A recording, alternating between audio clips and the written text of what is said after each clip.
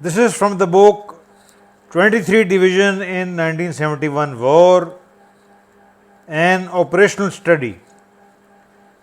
Chapter 3, Indian operational failure on 4th December 1971.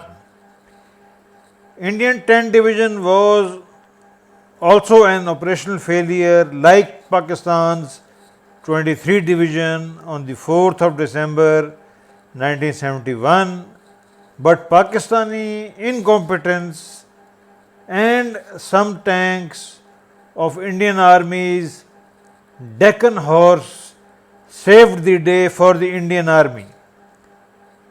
Indian commander of 10th Division had neglected his crucial right flank at Mandiyala complex. Further, even before the Pakistani attack started, this incompetent Indian 10 Division commander started shifting his central sector and still neglecting the northern sector, his right flank.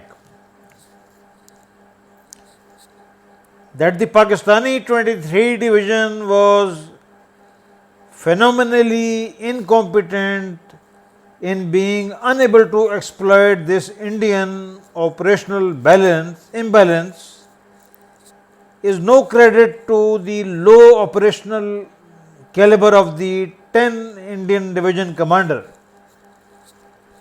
Since 1971, Indian historians have made many efforts to project Indian 10 Division commander as a great captain of war, which is absolute nonsense. The harsh reality remains the fact that Indian 10 Division was saved on 4th December 1971 by 191 Brigade Commander who ordered Deccan Horse to reinforce Mandiyala Heights. Deccan Horse had no other tanks other than a troop and two tanks of the regimental headquarters of Deccan Horse, which it sent to Mandiyala South and Godha. Two tanks of Deccan Horse decided the issue by destroying all three tanks of 11 Cavalry's 1st Troop, Bravo Squadron, and one tank of 3rd Troop, Salman Akhtar, also called Butt. In addition, these two tanks destroyed all three tanks of the 1st Troop Charlie Squadron Iftikhar, as well as one tank of the 3rd Troop Salman Akhtar and the tank dozer of the Bravo Squadron 11 Cavalry, which was destroyed by an artillery shell. The sad part is that the issue was decided by just two tanks of Deccan Horse. No compliment to the operational leadership of the Indian GOC 10 Division. Just two tanks of Deccan Horse, the RHQ troop, decided the issue by destroying, as you can see, 8 tanks of 11 Cavalry. While 23 Division's attack regiment failed to maneuver against two tanks because 23 Division's artillery fire plan did not effectively cater for suppressing Indian weapon systems deployed on the Mandiyala Heights, although just two in number. Then troop leader of 11 Cavalry B Squadron, Salman Akhtar, recollected that there was no artillery fire.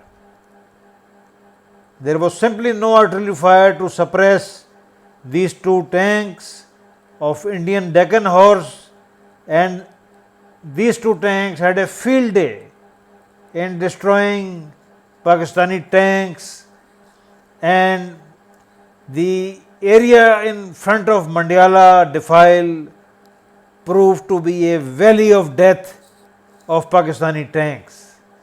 Such was the pathetic, the first day's battle.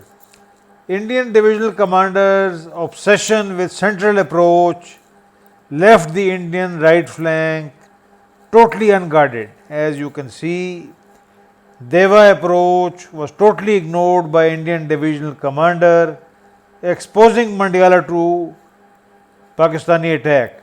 In the first place, if he had even a troop here at Gorha or Chapar, Pakistani tanks could not have reached the Mandiala complex and captured Mandiala North, which of course was of no use.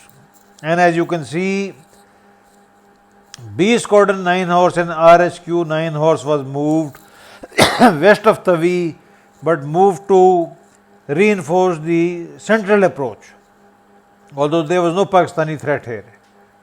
A Squadron 9 horse was already deployed here, as you can see. So this was the pathetic operational caliber of the Indian 10 Division commander, and more on other blunders committed by the 23 Pakistani division as well as the Indians on 4th and 5th December in another part of our podcast.